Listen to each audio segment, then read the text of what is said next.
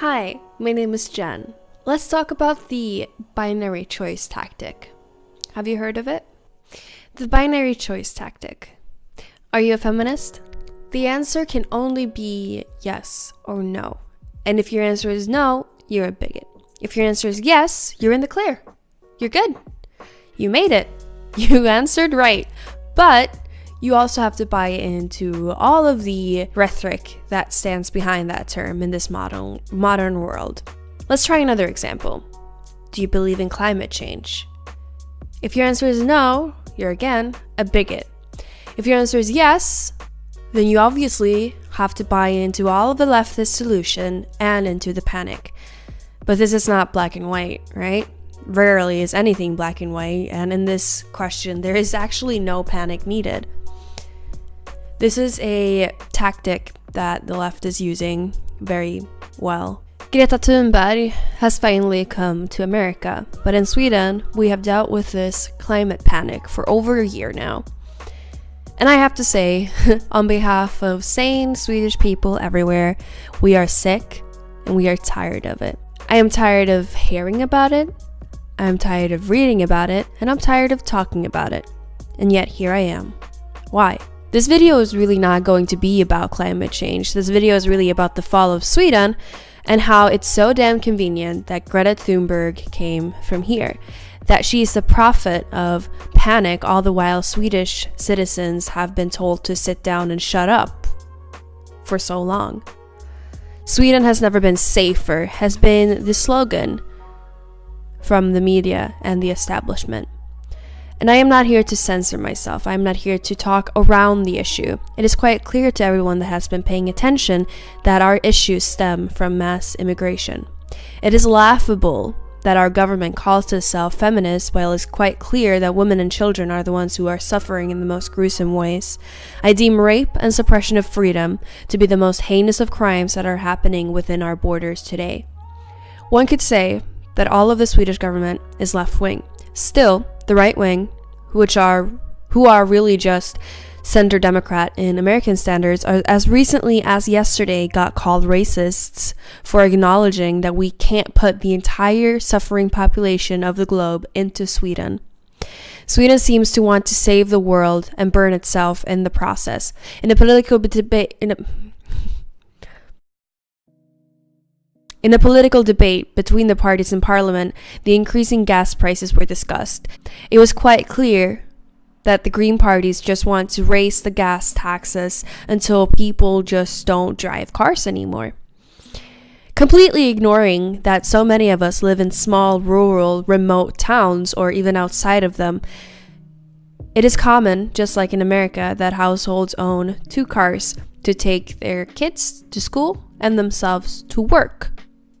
We can't take a bus that does not exist. We can't bike to work when work is 50 kilometers away or more. Celebrities condemning air travel while on their private jets.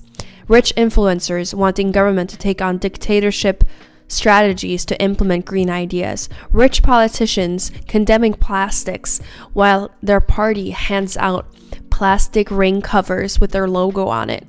For the regular Swede, the climate cult is all a bunch of privileged, out-of-touch elitists. I am tired of talking about Greta Thunberg, and I am sure you are too. Many people have said it better than me, and those videos and articles I will link under this video. They put on a good spectacle though, and the strategy worked perfectly. I mean, the media team behind Greta Thunberg, of course. And asking kids to skip school? Fucking brilliant. What a better way to create a believable astroturf. And what a way to make yourself untouchable by making the leader of your movement a child, so that any criticism of the movement itself can be boiled down to child bullying. And yes, I know, there has been some nasty comments made about her, and I do not condone them. But what person in the political debate has not been made fun of?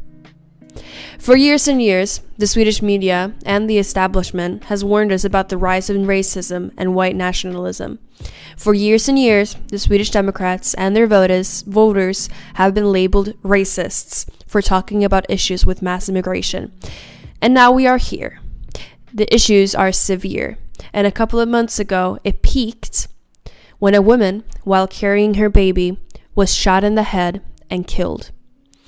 All of a sudden, it was a great time for politicians to condemn the crime in Sweden, but the damage had already been done, and is being done all around Sweden.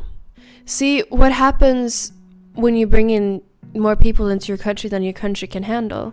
What happens when you bring people into your country that does not want to learn the language or adopt its values? It's an interesting dichotomy here in Sweden, where we are extreme in the social justice department with the feminist government, politically correct language, and things like gender neutral daycare. But then we have a rise in sexual harassment and rapes and gang rapes on the other hand. Some cultures we are bringing here have no respect for Sweden, and some have no respect for women. This is the hard truth. The migrant crisis, as it was called, came in the year 2015. Only 1 out of 10 of these migrants had a job within 2 years, according to the most recent statistics. 8 out of the 10 municipalities that took in the most migrants now have higher unemployment rates than the average municipality in Sweden, according to the same study. There just aren't jobs for analphabetic migrants, a person from a qualitative study on one of these cities mostly affected by the crisis harshly states. Sweden has a very generous welfare system. The thing is that the welfare system is bleeding. The taxpayers can't pay for people who don't give back. The Swedish welfare system is built on taking and giving back. We have high taxes to pay for school, healthcare, elder care, and to be able to help the less fortunate or unemployed to get back on their feet. However, the problem is that many of the people who are coming here are not humble towards the fact that they are getting help from the taxpayers. There are too many people who never get employed. Too many people bring crime, spit in the face of Swedes, and live on the taxpayers' money. Sweden doesn't owe it to the world to save the less fortunate by bringing them here and letting young criminals burn this country down. Sweden wants you to talk about climate change because they would much rather talk about plastics than how the Swedish politicians are talking about hot food being too expensive for the elders, and they can wear blankets to justify lowering the heat in the elders' home because the municipalities can't afford to take care of them. At the same time that we are paying for people that never give back, we are spitting the elders in the face, the people who built this country. The people who have worked all their lives get worse treatment than the criminals burning cars who keep getting paid by the system. I am of course not insinuating that all immigrants living in Sweden are living on welfare. I think it's stupid to try and misconstrue my argument to petty xenophobia, because it's way too clear that the altruism that we strive for by letting too many people in is having dire consequences. It is not petty racism to talk about it uncensored. I am extremely saddened by this. I want to see change. I want us to have an honest discussion about this. I want the world to look into what happened to Sweden and not follow in our steps. I want the Swedish politicians to get some fire up their asses and do something. Thank you for listening. Thank you for listening. If you like this video, you are welcome to like and subscribe to my channel to see more. I also have a PayPal if you want to support me, and I have a Swish. Thank you so much for your support. It really means a lot. Bye.